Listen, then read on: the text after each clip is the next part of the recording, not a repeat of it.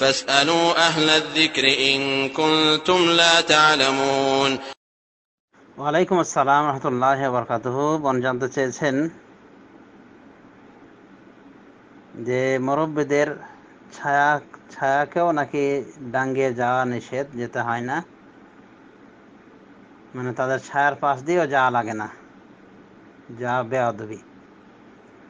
তো এখন তার শ্বশুর বাবা শুয়ে থাকেন এমন এক জায়গায় ফ্লোরে, যে জায়গা দিয়ে বাড়ি থেকে রুম থেকে বের হতে হলে অতিক্রম করাই লাগে বাথরুম ইত্যাদিতে গেলে, প্রয়োজনে বের হলে রাতে বা দিনে ওখান দিয়ে অতিক্রম করা লাগে। তো এই মুরব্বী শ্বশুরের পাশ দিয়ে যাওয়া হচ্ছে, আর উনি যে ফ্লোরে ঘুমিয়ে রয়েছেন, তো ওনার পাশ দিয়ে যাওয়া হলো, তো এটা কি বেয়াদবি হলো কিনা এবং ওনার মনে খটকা, এটা আমরা জানতে পারলাম।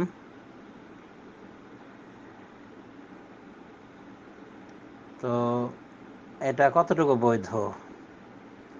ইনশাল্লাহ এটা কোনো সমস্যা নেই, এটা হলো প্রয়োজন। আর মুরব্বীদের ছায়া ছুঁয়ে যাওয়া যাবে না, বা তাদের ছায়ার পাশ দিয়ে যাওয়া যাবে না, বা মুরব্বীরা থাকলে তাদের সামনে দিয়ে যাওয়া যাবে না, তাদের পাশ দিয়ে, এগুলো আমি মনে করি একটু অতিরঞ্জন হয়ে গেছে তাদের শ্রদ্ধায়। তাদেরকে শ্রদ্ধা করতে হবে, এটা ঠিক।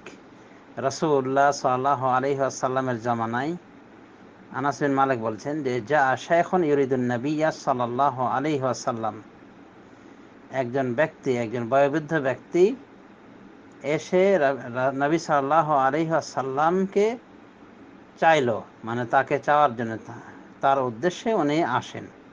ফাআবতাল কওম আনহু আন ইউয়াসসিউ লাহু, কিন্তু জনগণ তার জন্য রাস্তা প্রশস্ত করতে দেরি করলো। ফাকাল নবী সাল্লাল্লাহু আলাইহি ওয়াসাল্লাম, তখন নবী সাল্লাল্লাহু আলাইহি ওয়াসাল্লাম বললেন, লাইসা মিন্না মান লাম ইয়ারহাম সগীরানা ওয়া ইউক্কির কবীরানা,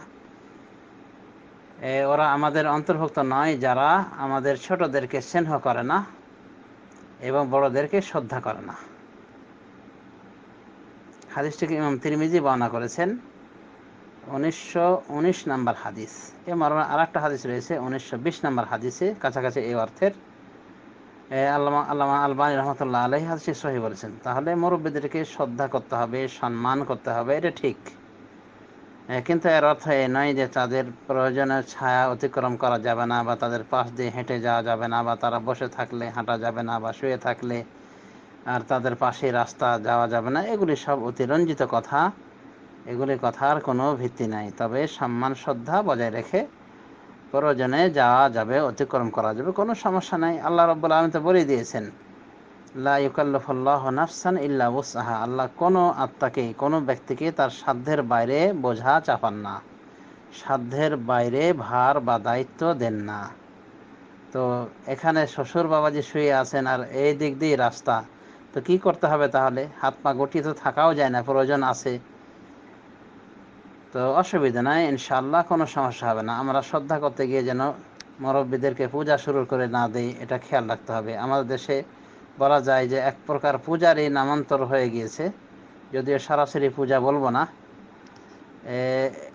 একটি চরিত্র আমাদের দেশে চালু রয়েছে, বহুল প্রচলিত, এবং হিন্দুবাদ থেকে এর জন্ম, সূত্রপাত।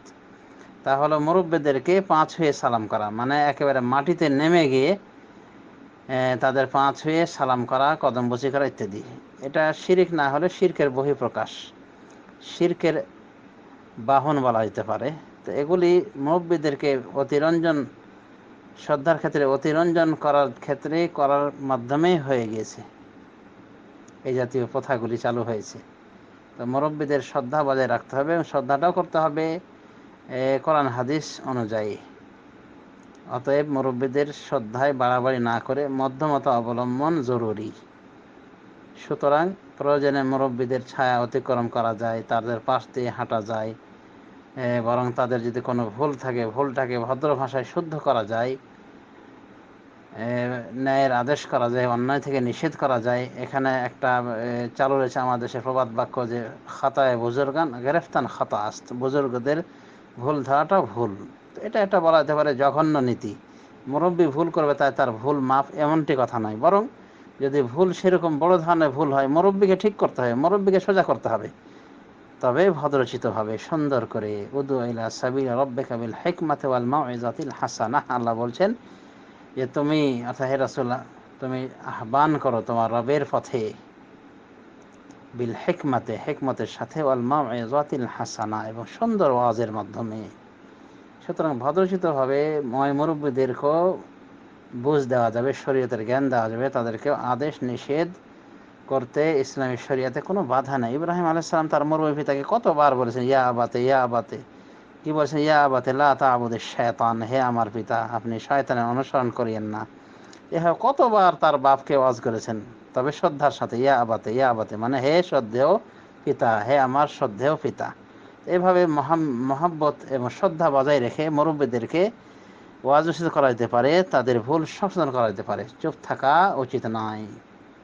আর মুরব্বীর ভুল ধরলে যে ভুল হয়ে গেল এটা ঠিক নয়, বরং মুরব্বীরও ভুল ধরা যেতে পারে, তবে মার্জিত ভাষায় সুন্দরভাবে। এবং ভুলটা দেখতে হবে কি পর্যায়ের ভুল। যদি ছোটোখাটো ভুল হয় তাহলে নীরব থাকা কোনো ব্যাপার নয়। আর যদি বড় ধরনের ভুল হয়, শিরিক করে বসে বিদআত করে বসে, বা শিরিক করতে বলে বিদআত করতে বলে, তাহলে তো আল্লাহ বলেননি যে তাদের অনুসরণ করতে হবে সেক্ষেত্রে, বরং সেক্ষেত্রে অনুসরণ বাদ দিতে হবে এবং দুনিয়াবী বিষয়ে সাঙ্গ দিতে হবে ভালো হবে। এটা তো আল্লাহই বলেছেন কোরআন কারিমের ভিতরে। অতএব সর্ব বিষয়ে মধ্যমতা অবলম্বন জরুরি। আল্লাহ রাব্বুল আলামিন আমাদেরকে সঠিক বোঝার তৌফিক দান করুন, আমিন। ওয়া সাল্লাল্লাহু আলা নবিয়িনা মুহাম্মদ ওয়া আলা আলিহি ওয়া সাহবিহি।